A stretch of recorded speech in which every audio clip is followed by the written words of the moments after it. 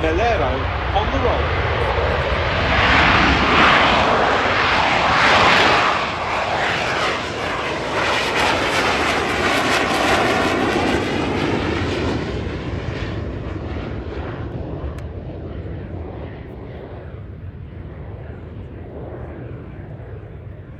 Very distinctive and iconic side profile there, one that we've been sadly missed over the UK skies for the last 10 years, with the exception of some of the Royal International Air Tattoo displays, but slightly different in profile to what we are used to in terms of comparisons to our GR7 models.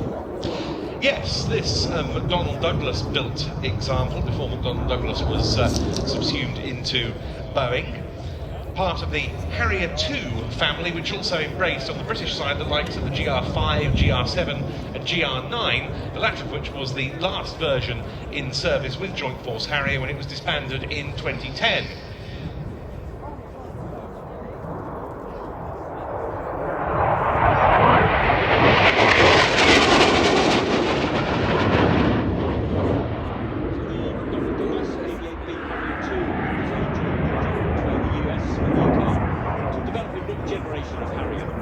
Key differences between the original Harrier and the Harrier 2 were a more powerful engine, a larger composite wing with additional hardpoints for weapons, and an elevated cockpit. Harrier 2 entered service with the RAF as the Harrier GR5, which was later upgraded into the GR7 and GR9 variants before they were eventually retired in 2010.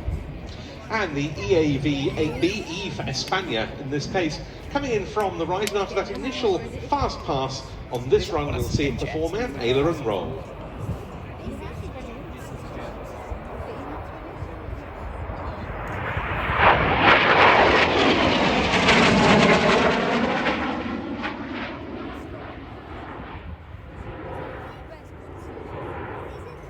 Definitely two halves to this fantastic display. The first half being the fast half, using the full envelope of the aircraft. At the moment restricted to about 450 knots and 6G, but much more to come.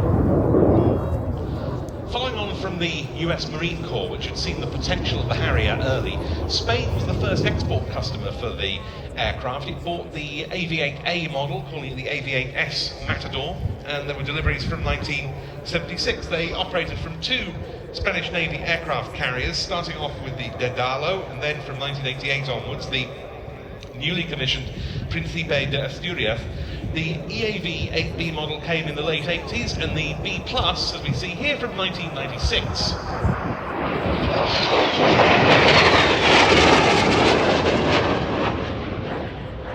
This version gave the Spanish Navy a night and all-weather attack capability.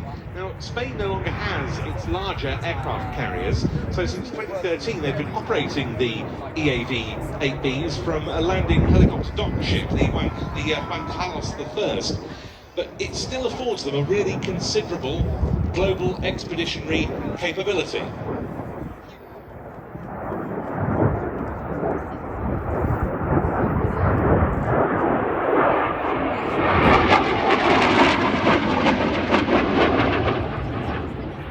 Recently they've been deployed on the Juan Carlos I on what's known as BALTOPS, a Baltic operations deployment, which saw a small number of Harriers on that ship sailing from Istanbul to Helsinki and being deployed for 6 months. And as we were saying earlier with the Czech Gripen, when you've got a relatively small fleet of these aircraft, and it has somewhat diminished in numbers over the years, that is a not inconsiderable commitment. No, the rule mod associated with that took virtually everybody that was within the force and able to travel over a significant 6-month period of time.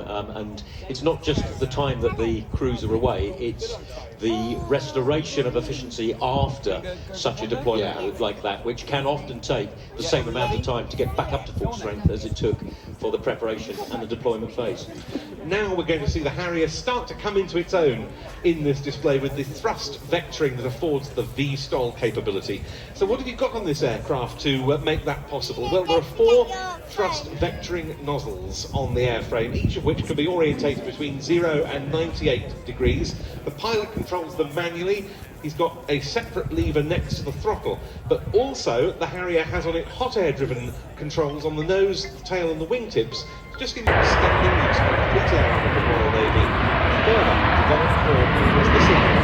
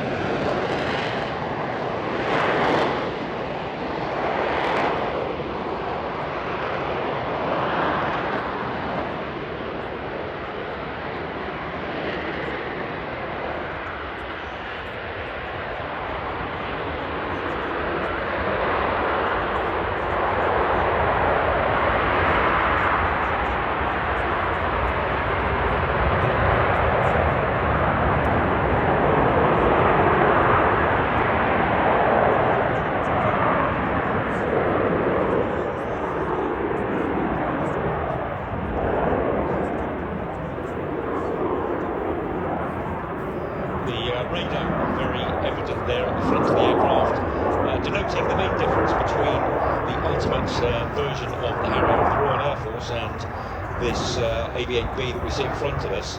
That contains an APG-65 multi-mode radar, giving the aircraft the ability to carry AIM-120 AMRAAM, or Advanced Medium Range Air-to-Air Beyond Visual Range missiles, a very similar weapon system configuration to the ultimate version of the Royal Naval Sea Harrier. Now then, the aircraft being brought in for its two European